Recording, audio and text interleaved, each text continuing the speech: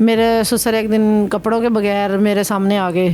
ایک ارب پتی خاتون آج سڑک پہ کیوں آ گئی؟ یہ خاتون یو کے کی نیشنل تھی. پاکستانی شخص سے شادی ہوتی ہے، بعد میں پتہ لگتا ہے کہ اس کے خامد کا ملازمہ کے ساتھ ہی چکر ہے اور وہ اس سے شادی کر کے اس خاتون کو گھر سے نکال دیتی ہیں. اپنی پسند سے شادی کی تھی.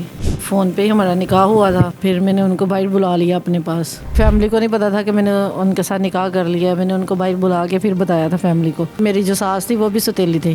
میرے سسر نے بھی دوسری شادی کی ہوئی تھی. مجھے نا ایک دن شک پڑا کہ میرے شوہر کا نا نوکرانی کے ساتھ کوئی ریلیشن ہے، تعلق ہے. جب میں نے ان کو رنگے ہاتھوں پکڑا، اس کے بعد میرے شوہر نے میرے ساتھ جھگڑا شروع کر دیا. اس کے ساتھ نوکرانی کے ساتھ شادی کر لی. مجھے نوکرانی کی جگہ پہ کر دیا، خود مہرانی کی جگہ پہ آ گئی. اس کے بیٹے کا بھی اس کی بیوی کے ساتھ چکر تھا، اپنی ستیلی ماں کے ساتھ، دوسری کے ساتھ.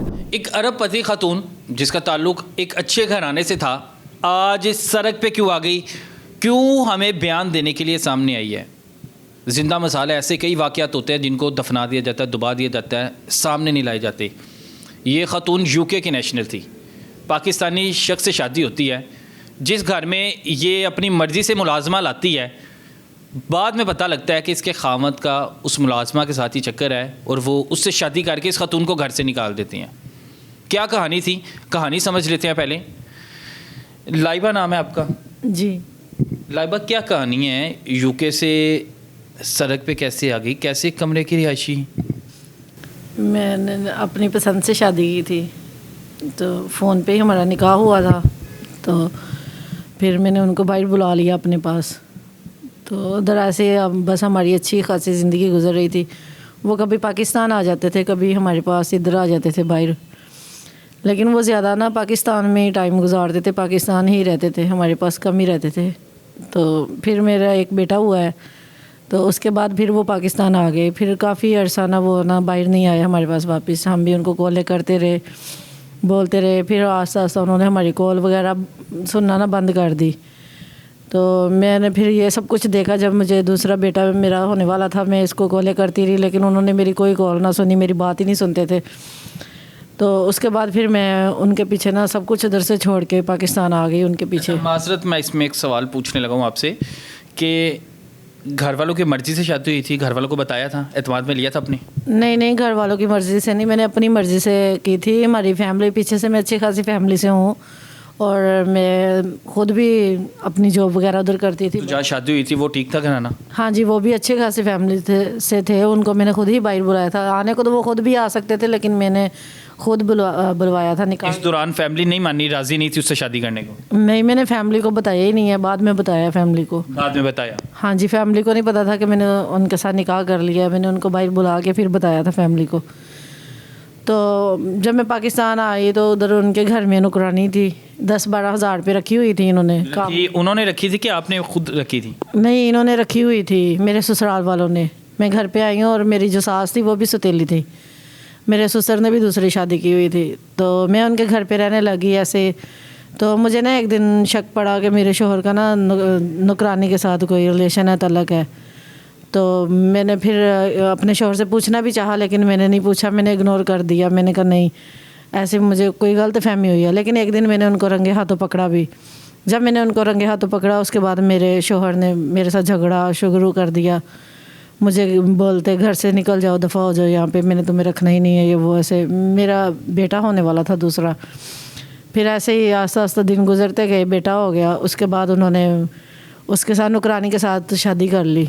ایک دن اچانک ہی اس کے ساتھ نکاح کر کے گھر آئے، تو بس میرے تو پاؤں کے نیچے سے زمین ہی نکل گئی. جیسے میری تو دنیا ہی اجڑ گئی، برباد ہو گئی میں تو. لیکن پھر بھی میں نے اپنے بچوں کی خاطر نہ وہ بھی برداشت کر لیا. کوڑا گھونٹ، زہر کا گھونٹ سمجھ کے بھر لیا. تو اس کے گھر والے راضی تھے؟ اس کے والدین، ماں باپ اس کے راضی تھے کہ تم نے ایک ملازمہ سے شادی کر لی؟ ان کے اس کے جو باپ ہی تھا، اور ستیلی ماں تھی. ستیلی ماں نے تو راضی ہونا تھا. باپ بھی ویسا ہی تھا. اس کا باپ اس کا بڑا ظلم کرتا تھا میرے اوپر، بڑا گھٹیا تھا. اور ویسے بھی میرے شوہر کا. وہ کیوں ظلم کرتا تھا؟ وہ کیوں مارتا پیٹتا تھا؟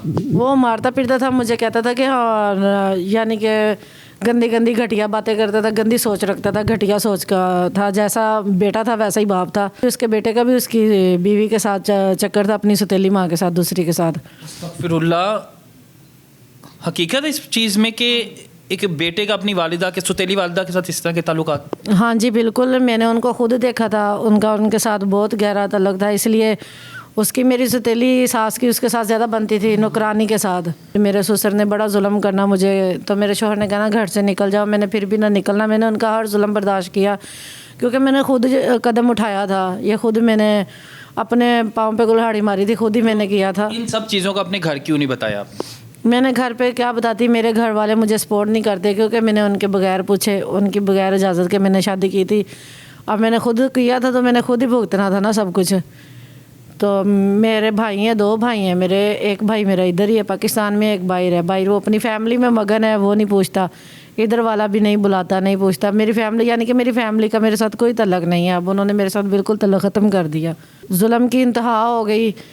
میرے سسر ایک دن کپڑوں کے بغیر میرے سامنے آ گئے تو میں اپنے اللہ اکبر. وہ سسر تو والد کی جگہ ہوتی ہے نا، تو کہا نہیں کہ تم تو میرے والد ہو، باپ ہو، تم نے میری عزت کی حفاظت کرنی ہے اور تم اس طرح؟ میں نے ان کو کہا تھا، میں نے ان کو کہا میرے باپ ہیں، آپ یہ کیسی حرکتیں کر رہے. اس نے مجھے آگے سے کہا کون باپ وہی ہے آپ کا جو ہے، میں آپ کا باپ نہیں ہوں. تو ثانی وقوعے کو آپ نے اپنے خامد کے اعتماد میں نہیں لیا، خامد کو کانوں سے نہیں نکالا کہ تمہارا باپ اس طرح کی حرکتیں کرتا ہے؟ خامد مجھے بلاتا ہی نہیں، میری بات ہی نہیں سنتا، وہ میرے پاس آتا ہی نہیں تھا، وہ نوکرانی کے ساتھ ہی رہتا تھا، وہ اپنے عشق مشوقی میں لگا ہوا تھا، اس نے کہاں سننی تھی میری. تو کوشش کی تھی آپ نے بتانے کی ویسے؟ ہاں جی میں نے کوشش کی تھی لیکن نہیں. پھر میں نے اپنے بیٹے کو کہا کہ اب ہمارا ادھر گزارا نہیں، ہم یہاں سے چلے جاتے ہیں.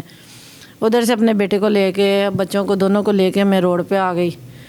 تو میرے پاس جو بھی جویلری تھی، زیورات تھے تھوڑے بہت، وہ میں نے بیچ کے ایک روم لیا، اس پہ اپنے بچوں کو رکھا. کچھ راشن وغیرہ گھر کا لیا کہ میں کوئی جاب وغیرہ کروں گی، گزارا کروں گی، بچوں کو پالوں گی. لیکن میرا شوہر اتنا ہے کہ اس کی 4 کنال کی کوٹھی ہے، 4 کنال میں گھر ہے اس کا، اور آگے پیچھے ان کے گاڑیاں، ہر چیز ہے، اللہ کا دیا. آپ اس چیزوں سے گزر کے آئی ہو، آپ اس چیزوں میں رہی ہو، اس ماحول میں گاڑیاں وغیرہ؟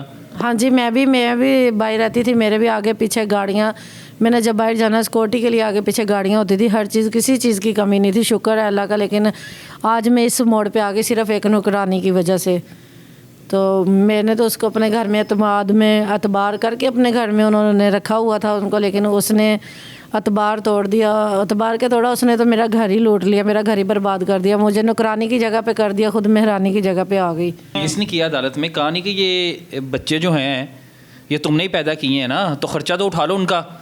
کیس کیا عدالت میں، لیکن وہ کہتے ہیں نا غریب بندے کی کوئی نہیں سنتا. اب میرے اوپر وہ ٹائم ہے کہ میں بالکل غریب ہو گئی ہوں کہ میرے پاس اب کچھ بھی نہیں ہے کہ جو میں عدالتوں میں دھکے کھا سکوں یا میں بچوں کو پال سکوں.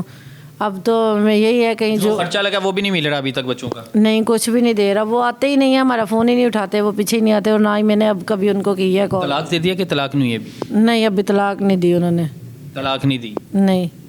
صرف آپ سسر کی وجہ سے اور خامد کی اس رویے کی وجہ سے گھر سے نکلی ہو؟ ہاں جی میں ان کی وجہ سے گھر سے نکلی کیونکہ میں اپنے بچوں کو ایسے ماحول میں نہیں ان کی پرورش کرنا چاہتی تھی کہ میرے بچوں کا مستقبل خراب ہو. ایک بندے کے لیے آپ نے یو کے کی نیشنل ہو جی، تو یو کے واپس کیوں نہیں چلے جاتی اب؟ میں کیسے جاؤں، میرے پاس کچھ بھی نہیں. اب جو زیور تھا وہ میں نے بیچ کے کمرہ لے لیا رینٹ پہ، بچوں کا راشن وغیرہ بچوں کو پالنے کے لیے. اب کہیں جاب کروں گی، کام کروں گی، کہیں پیسے اکٹھے کروں گی تو میں باہر جاؤں گی. پیسوں کے بغیر تو میں وہاں بھی نہیں جا سکتی. میں تو سب کچھ اپنا برباد کر کے اس کے پیچھے آ گئی. گھروں میں فیملیاں جو بھی ہیں رکھتے ہیں نا میڈ وغیرہ گھر میں ان سے یہ کہتی ہوں یہ میڈ وغیرہ سے محتاط رہیں تھوڑا سا ان سے، کیونکہ ان پہ یہ اعتبار کے قابل نہیں ہے، ان پہ اعتبار نہ کریں.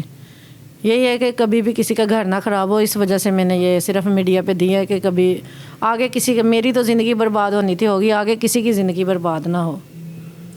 اچھا حیرت کی بات ہے کہ ایک ایک خاتون جو کہ یو کے کی نیشنل ہے، اپنا سارا کچھ چھوڑ کر اس کی محبت میں یہاں پر آ گئی ہے اور اس نے اس کے ساتھ جو سلوک کیا، اب کہانی آپ کے سامنے ہے.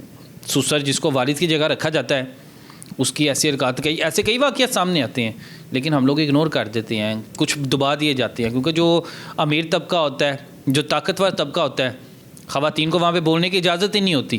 ہمت ہے اس خاتون کی، یہ سامنے آ گئی اور یہ بھی تب سامنے آئی ہے جب گھر سے نکل گئی ہے، اب باہر ہے، کیسے گزارا کر رہی ہے.